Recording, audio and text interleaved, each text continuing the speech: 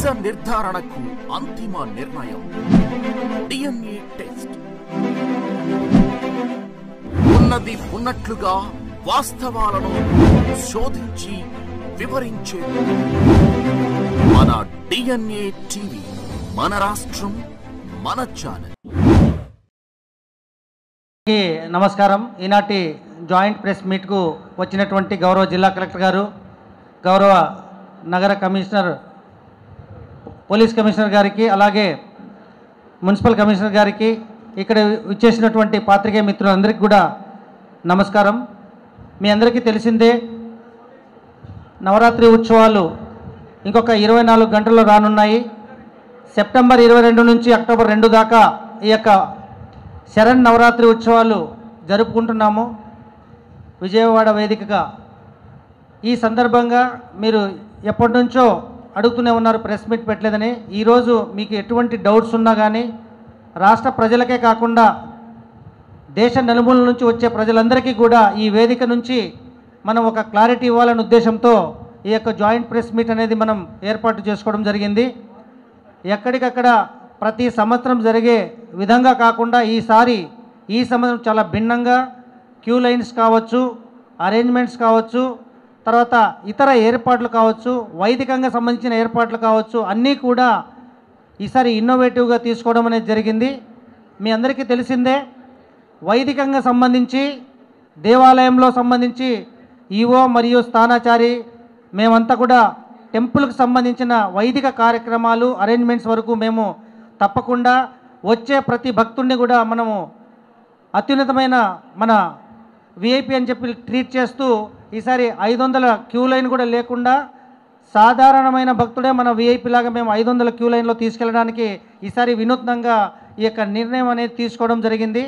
గౌరవ జిల్లా కలెక్టర్ గారి ఆధ్వర్యంలో total entire down hill, up hill అన్ని అంశాల మీద వారి యొక్క పర్యవేక్షణలో మేమంతా కూడా ఫాలో అవుతున్నాము. గౌరవ సిపి గారు కూడా లా అండ్ ఆర్డర్ విషయం కావచ్చు, పార్కింగ్ విషయం కావచ్చు, ఎక్కడ ఎటువంటి ఇబ్బంది లేకుండా ఎంతమంది భక్తులు వచ్చినా వారికి త్వరితగతిన ఈ యొక్క అమ్మవారి దర్శనం కల్పించి పంపించడానికి కూడా మేము ఏర్పాట్లు చేసుకున్నాము.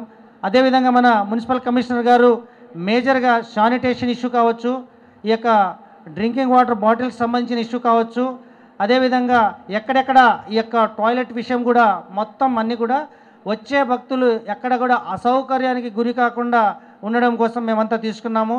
అదేవిధంగా మీరందరూ చూశారు, నిన్న గౌరవ మంత్రివర్యులు, అదేవిధంగా గ్రూప్ ఆఫ్ మినిస్టర్స్ అందరూ కూడా మన ఎర్స్ట్వైల్ జిల్లా మంత్రులు, మన ఎండోమెంట్ మినిస్టర్ గారు, అదేవిధంగా రెవెన్యూ మినిస్టర్ గారు, హోమ్ మినిస్టర్ గారు అందరూ కూడా వచ్చారు. వారందరి యొక్క నిర్ణయం మేరకు కూడా కొన్ని కార్యక్రమాల్లో మార్పులు చేర్పులు చేసుకొని వచ్చే ప్రతి భక్తుడికి కూడా ఈజీగా దర్శనమయ్యి త్వరితగతిన బయటికి వెళ్ళేటట్టు కూడా మనము ప్లాన్ చేసుకోవడం జరిగింది. ఈసారి మనకు లడ్డూకి సంబంధించిన ఇబ్బందులు లేకుండా 3 సెంటర్లలో లడ్డూ తయారీ కేంద్రం, అదేవిధంగా అదనంగా ఈసారి 8 లడ్డు విక్రయ కేంద్రాలు కూడా తీసుకున్నాము. మనకు అన్నప్రసాదం స్వీకరణకు కూడా పెద్ద బిల్డింగ్ మన ఎదురుగానే, మహామంటపం ఎదురుగానే ఆల్రెడీ ఈరోజు ట్రయల్ రన్ కూడా స్టార్ట్ చేసేసాం జరిగింది. సో ఎంతమంది భక్తులు వచ్చినా అన్నప్రసాదం స్వీకరణకు కూడా మనము ఏ లోటు లేకుండా చేయడానికి అన్ని ఏర్పాట్లు చేసుకోవడం జరిగింది. అదేవిధంగా ఏ భక్తుడైనా కానీ వచ్చిన క్యూ లైన్లో వారికి వాటరు, అదేవిధంగా వచ్చేటప్పుడు 11 రోజులు మనకు వినాయక మందిరం నుంచి అప్ టు టోల్ గేట్ దాటుకొని రాజగోపురం వరకు వచ్చే వరకు కూడా ప్రతి భక్తుడు యొక్క ఆధ్యాత్మికతను, అమ్మకు సంబంధించిన అంటే కనకదుర్గమ్మ వారికి సంబంధించిన శ్లోకాలన్నీ కూడా ఏర్పాటు చేయడం జరిగింది. అంటే ఆ డివోషనల్ వాతావరణమే ఉండాలనే ఉద్దేశంతో 11 రోజులు జరిగే 11 అలంకారాలకు సంబంధించిన వచ్చే వారికి లెఫ్ట్ సైడు 11 అలంకారాలకు సంబంధించిన ఫ్లెక్సీలు, వెళ్ళేటప్పుడు కూడా 11 అలంకారాలకు సంబంధించిన ఫ్లెక్సీలు కూడా ఏర్పాటు చేసి పూర్తిగా ఈ యొక్క ఆధ్యాత్మికతకు కేంద్రం అని చెప్పేసి ఈ ఇంద్రకీలాద్రి కనకదుర్గమ్మ టెంపుల్ పరిసరాలన్నీ కూడా మనం చాలా కొత్తగా ఈసారి ఆలోచించుకొని అందరి సహకారంతో చేయడం అనేది జరుగుతుంది. మీ అందరికీ తెలిసిందే, వృద్ధులు, వికలాంగులకు కూడా లడ్డూకు సపరేట్గా కౌంటర్ పెట్టాము. పోయినసారి 1 పెట్టారు, ఈసారి 2 రకాలుగా పెడుతున్నాము. మనకు కనకదుర్గ నగర్ మా ఎగ్జిట్లో కొత్తగా కట్టిన బిల్డింగ్లో సపరేట్గా ఓన్లీ వృద్ధులు వికలాంగులకు మాత్రమే లడ్డు సెంటర్ అనేది విక్రయం ఆల్రెడీ రెడీ చేసి ఉన్నాం. కాబట్టి ఈ విషయాలన్నింటి మీద మేజర్గా 29వ తారీఖు ఎక్కువ మంది భక్తులు వస్తారు. కాబట్టి ఆ రోజు గౌరవ ముఖ్యమంత్రి గారి యొక్క దర్శనం చేసుకోవడానికి అమ్మవారికి వస్తారు. కాబట్టి ఆ రోజు కూడా పటిష్టమైన ఏర్పాట్లు అనేది చేసుకోవడం జరిగింది. ముఖ్యంగా ఆ రోజు ప్రోటోకాల్ ఎక్సెప్ట్ గౌరవ ముఖ్యమంత్రి తప్ప మిగతా ప్రోటోకాల్ దర్శనాలు అన్నీ కూడా రద్దు చేస్తూ అన్ని క్యూ లైన్లు కూడా ఉచిత లైన్లుగా ఏర్పాటు చేయడం అనేది జరిగిందని చెప్పేసి ఈ సందర్భంగా తెలియజేస్తున్నాము. ఇంకా మన గౌరవ జిల్లా కలెక్టర్ గారు, సిపి గారు, మన విఎంసి వారు ముగ్గురు మాట్లాడతారు. మాట్లాడిన తర్వాత ఏ డౌట్స్ ఉన్నా కానీ మీకు ఈ వేదిక నుంచి వచ్చే భక్తాదులకు ప్రజలందరికీ కూడా ఇక్కడ నుంచే మనము క్లారిటీ ఇవ్వాలనే ఉద్దేశంతో ఈ యొక్క ప్రెస్ మీట్ అనేది ఏర్పాటు చేసుకోవడం జరిగిందని చెప్పేసి తెలియజేస్తూ ఇప్పుడు నెక్స్ట్ మన గౌరవ సంబంధించి ఇన్వాల్వ్ అవడం జరుగుతుంది. టాయిలెట్స్ వరకు చూస్తే లాస్ట్ ఇయర్ 300 టాయిలెట్స్ పెడితే మొబైల్ టాయిలెట్స్ ఈ టైం 405 టాయిలెట్స్ అంటే 100 టాయిలెట్స్ పెంచడం జరిగింది. లాస్ట్ ఇయర్ చేసిన అబ్జర్వేషన్ కొన్ని గ్యాప్లు అన్నీ కూడా ఈ సంవత్సరం మనము ఉండకూడదు అనేసి 100 టాయిలెట్స్ పెంచాము. అలాగనే మనకి వాటర్ బాటిల్స్ వరకు వస్తే 25 లక్షలు వాటర్ బాటిల్స్ అనేది ఈ టైము పెట్టడం జరుగుతుంది. దాదాపుగా 40 పాయింట్స్లో వాటర్ బాటిల్స్ ఉంటాయి.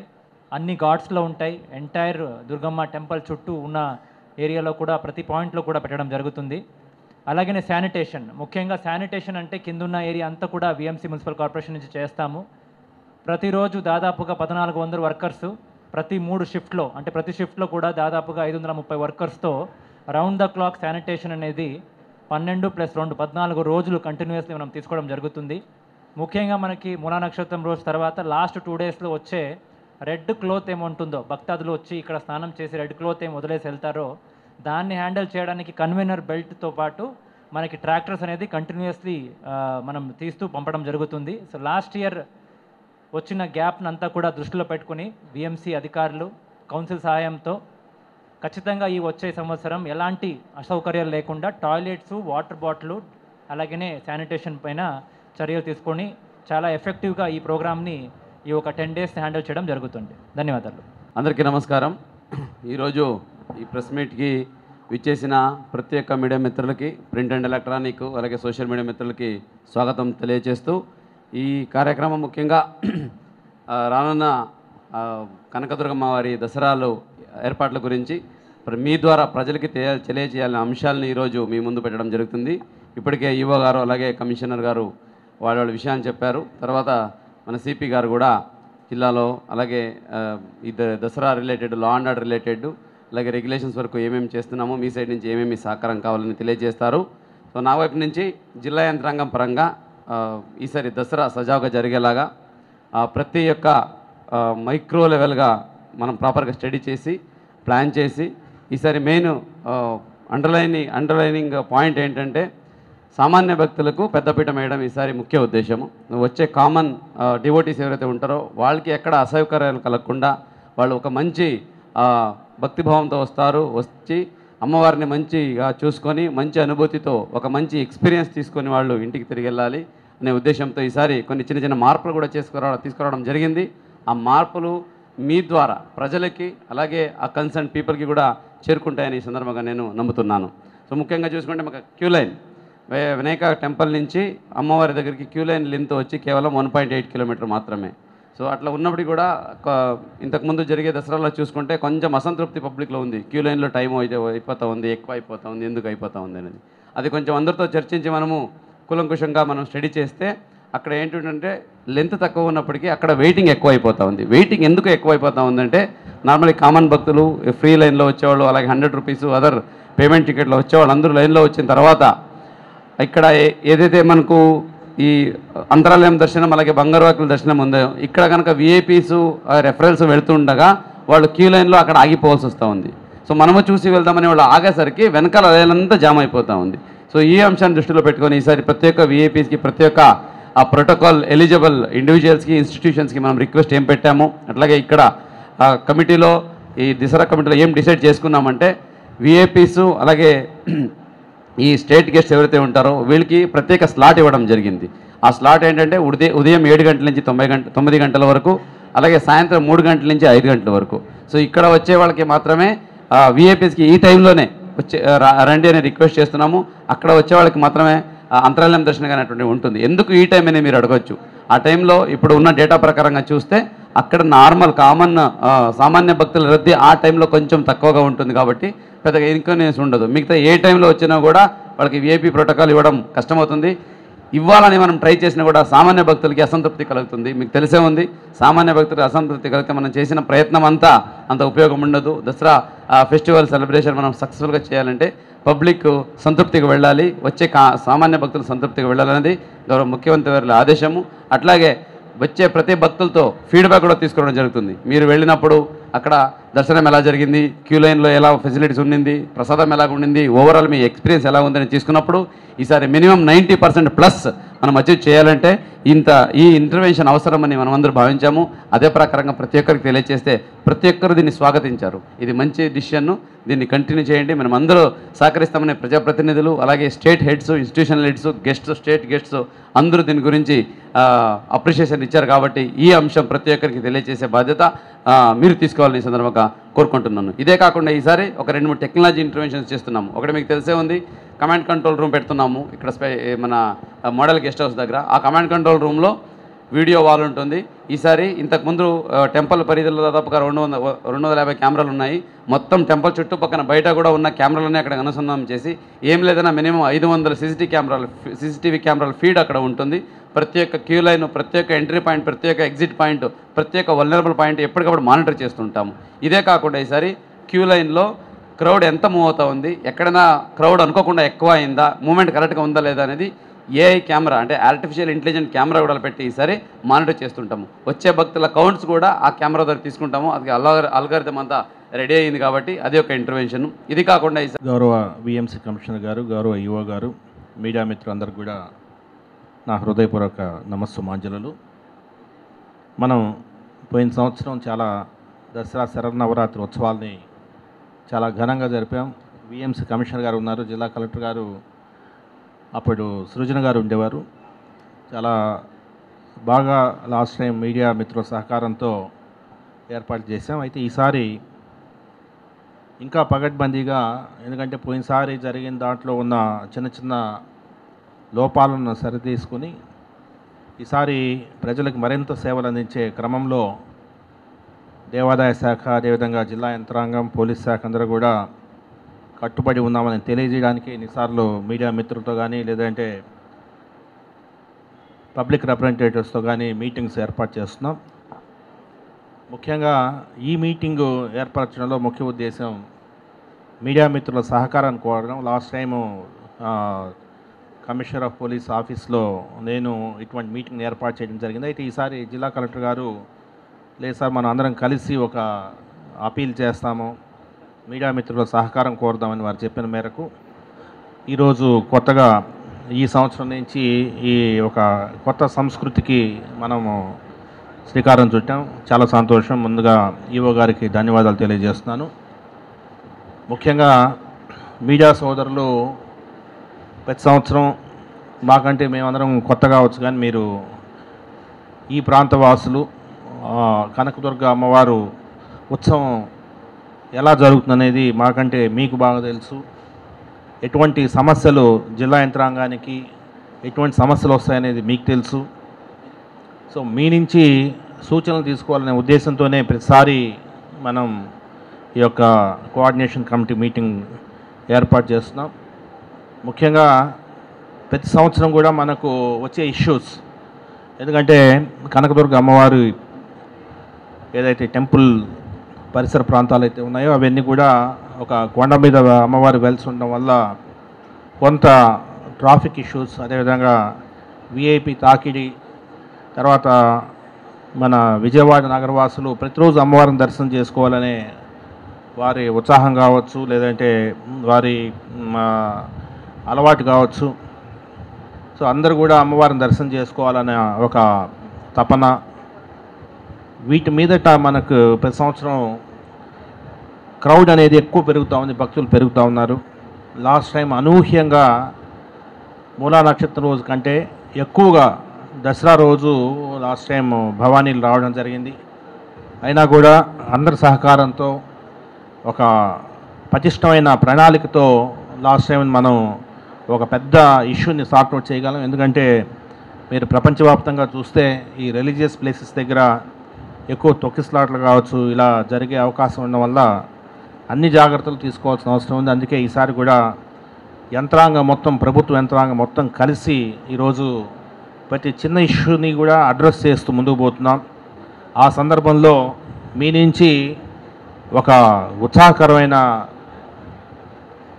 ఒక ప్రశంస కావచ్చు, లేదంటే ఒక సజెషన్ సూచన కావచ్చు, సూచన రూపంలో ఉంటే బాగుంటుందని చెప్పేసి కోరుకుంటున్నాం.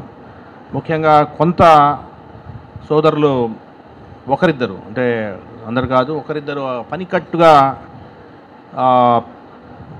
విమర్శ ధ్యేయంగా పెట్టుకొని పోతే కొంత ప్రభుత్వ యంత్రాంగం యొక్క మానసిక స్థైర్యం దెబ్బతింటుంది. అది దయచేసి గమనించగలరు.